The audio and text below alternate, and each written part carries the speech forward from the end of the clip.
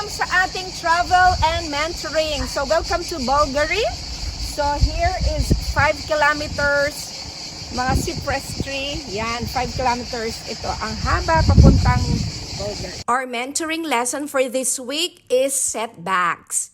Yes, a setback is an event that delays your progress or reverses some of the progress that you have made. You see, there are all types of setbacks we might face along our life journey. It may be personal, professional, financial, relational, spiritual, etc. Personal setbacks might include injuries, illness, mental health, issues such as anxiety or depression, finances, relationship challenges with those you love. There are some Bible characters who experience setbacks. Perhaps no Bible character has suffered more than Job. Alam naman po natin ang nangyari sa buhay ni Job. He lost a good family, a good name, and plenty of wealth. But then Satan went to God and asked for permission to alter Job's good fortune. Then tragedy strikes and Job loses everything.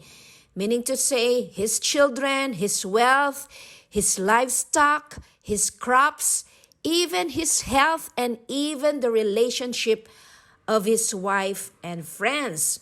We also have David, who is no stranger to setbacks. He was anointed king of Israel and chosen by God.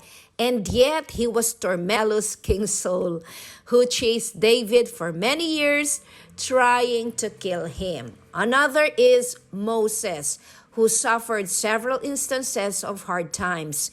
He struggled to believe that he could deliver his people from Egypt, and he ran into the wilderness until God appeared to him at the burning bush and called him to do exactly what he had run away from. I remember one author writes, God often uses a setback to move us forward. As we consider these words, we think about how often we've seen this truth in our own lives. On many occasions, what may seem like a terrible setback at the time turns out to be a send forward from God. What is important is we know how to deal or how to manage when setback strikes in our life. So my recommendation is, number 1, let us pray. Yes, nothing beats the power of prayer. When setback strikes, go to God immediately. Don't ever run away from God kapag may mga setbacks sa buhay natin. God actually promises that whenever we come to Him and lay our burdens at His feet, He will give us His peace in exchange for our troubles as we trust in Him. Philippians 4:6, don't worry about anything, but pray about everything. With thankful hearts, offer up your prayers and requests to God. Number 2, praise. Yes, in addition to prayer, another way to overcome setbacks is through the power of praise. Paul experienced many setbacks while obeying God. Actually, while he was in Macedonia, Paul was obeying a specific word from God to go to a specific place and to do a specific thing.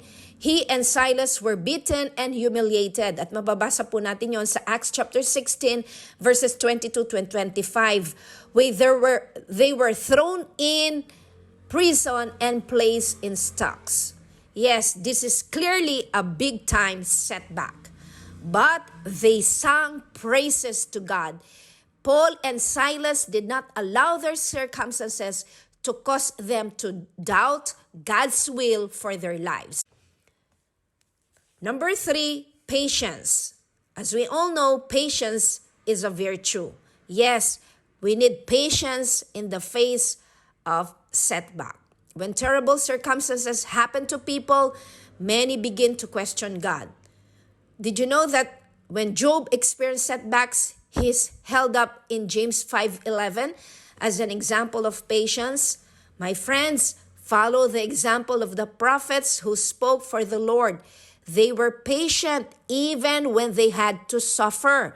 In fact, we praise the ones who endured the most. You remember how patient Job was and how the Lord finally helped him. The Lord did this because he is so merciful and kind. Yes, Job overcame all his setbacks and wound up being more blessed than he was before because God gave him twice as much as he had before. Number 4, press forward. When we say press forward, we mean to proceed or move forward with more urgency, especially when facing setbacks or adversity. We need to progress, not regress. Kasi sad to say, marami when they face or experience setbacks, they return to a former state or bumabalik sila sa dati nilang buhay.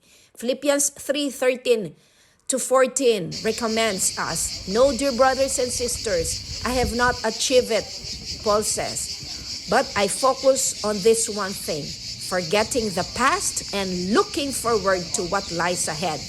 I press on to reach the end of the race and receive the heavenly prize for which God, through Jesus Christ, is calling us." So reflecting on this mentoring lesson, let's view setbacks as learning experiences for us to develop our faith in God, our resilience, patience, perseverance, and a growth mindset.